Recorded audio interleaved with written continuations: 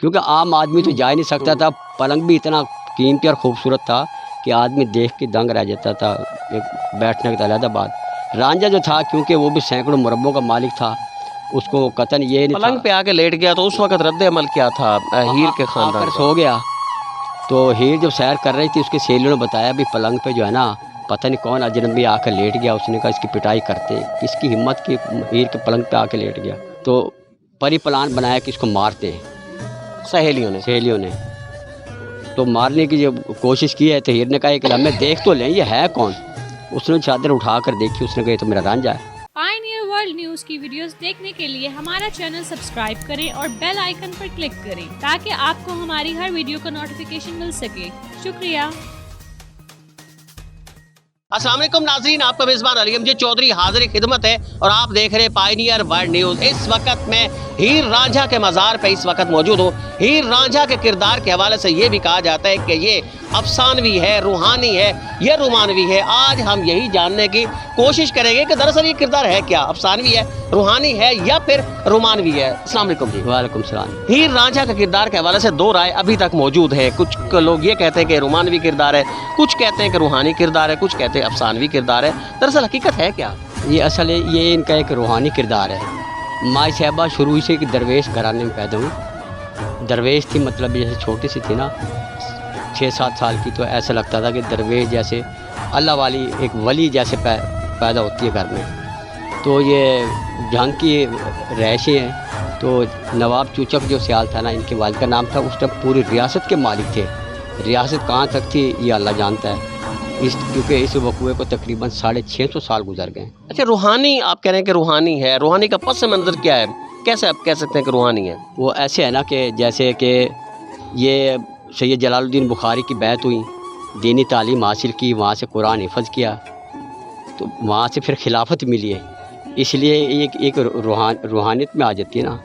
जैसे एक दरवेश होता है, अल्लाह के कलाम पढ़ता है, उसको हिफ़्ज़ करता है, फिर उसी के राह में चल पड़ता है, तो वो फिर रूहानियत में आ जाता है। इन्हें कहाँ से फैज़ मिला?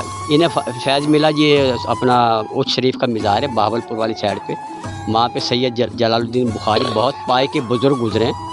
तो कभी आप जाएं, उनके जो शागिर्द हैं ना, वो भी बहुत बड़े वली पैदा हुए अपने दौर में। तो ये वहाँ पे फैज़ याब हुई, तो वहाँ से दीनी तालीम हासिल की, वहाँ से फिर इन्होंने कुरान हिफ़्ज़ किया। तो खिलाफत भी उन्होंने दी सैयद जलालुद्दीन बुखारी। अच्छा, हीर साहिबा ने वहाँ से उनको फैज़ मिल गया। रांझा साहब का ताल्लुक़ कैसे बना, ये रिवायत क्या कहती है? रांझा साहब का ताल्लुक़ ये बना, ये तख्त हज़ारा का रहने वाला था। सरगोदे से आगे मिड रांझा 40 किलोमीटर। ये बहुत बड़े घराने का ज़मींदार का ये बेटा था। 8 भाइयों में सबसे छोटा था ये, और ख़ूबसूरत भी था। काम वगैरह नहीं करता था, ज़िम्मेदार था। 7 भाई काम करते थे और ये एक नहीं काम करता था, क्योंकि लाड़ प्यार में यार सबसे बड़े बेटे को प्यार मिलता है या सबसे छोटे को। मवासलात के ज़राए भी उन दिनों नहीं होते थे, इतने ट्रांसपोर्ट भी नहीं थी, मोबाइल फ़ोन भी नहीं थे। हीर और रांझा का ताल्लुक़ कैसे बना? ऐसा चला कि जैसे एक दीवाना होता है ना, कि अपने पीर को मतलब ख्वाब में देखता है, ज़ियारत करता, तो उसी का मुरीद बन जाता है। तो कभी ख्वाब में भी नहीं देखा था, बस एक दीवाना था कि मैंने हीर लेनी, मैंने हीर के पिंड जाना। उस टाइम में दरियाई इलाका होता था। तो माई साहबा को जब खिलाफत मिली ना, तो माई साहबा जंग आ गई अपने शहर जंग में, तो अपने बाग बगीचे की सैर कर रही थी। रांझा जो था ना, ये किश्ती के ज़रिए आ गया इधर। तो उसको मौजूद जट को कहने लगे मैंने हीर के पिंड जाना। तो कहने लगा बेटा आपके पास किराया है? उसने बाबा जी मेरे पास तो किराया नहीं। उसको तरस आ गया, क्योंकि खूबसूरत था, चेहरा मासूम था। तो उसने कहा बेटा छोड़ मैं आता हूँ, मगर आपने मेरा नाम नहीं लेना, क्योंकि पूरी रियासत के मालिक हैं, ये ना कश्ती भी मेरी जला दे और मुझे भी जान से मार दें। तो माई साहबा अपने सहेलियों के साथ ना जब बाग की सैर कर रही थी, तो रांझा भी आ गया था कार के ना, उसके पलंग पर आके लेट गया। उसे नींद आ गई, थका हुआ था, कितना पैदल चला गया। हवेली के अंदर ही चला गया रांझा ना, बाग के अंदर। अच्छा, बाग के अंदर पलंग। अच्छा, माई साहबा का, क्योंकि आम आदमी तो जा ही नहीं सकता था। पलंग भी इतना कीमती और खूबसूरत था कि आदमी देख के दंग रह जाता था। एक बैठने का अलग बात।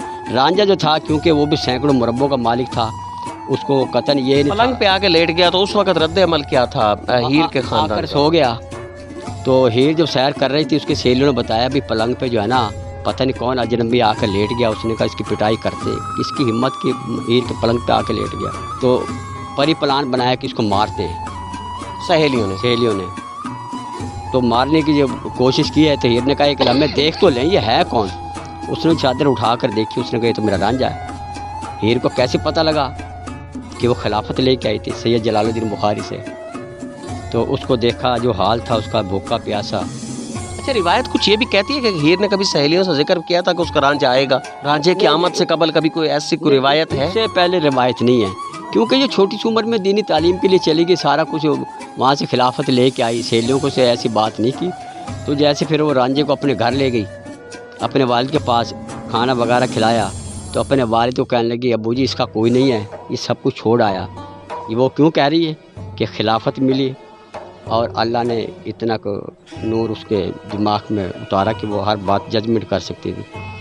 तो वालिद साहब कहने लगा बेटा हम 300 मुरब्बों के मालिक हैं, सैकड़ों हमारे मुलाजिम हैं, ये नौजवान है, हम क्या करना, हमने बदनामी का बायस बनेगा। यूँ कि अब्बू जी कुछ भी है इसको काम में रख लें भैंसों गायों के लिए, क्योंकि अकलौती औलाद थी अपने बाप की। माँ साहबा का और बहन भाई ने था, बाप ने मजबूर होकर रख लिया।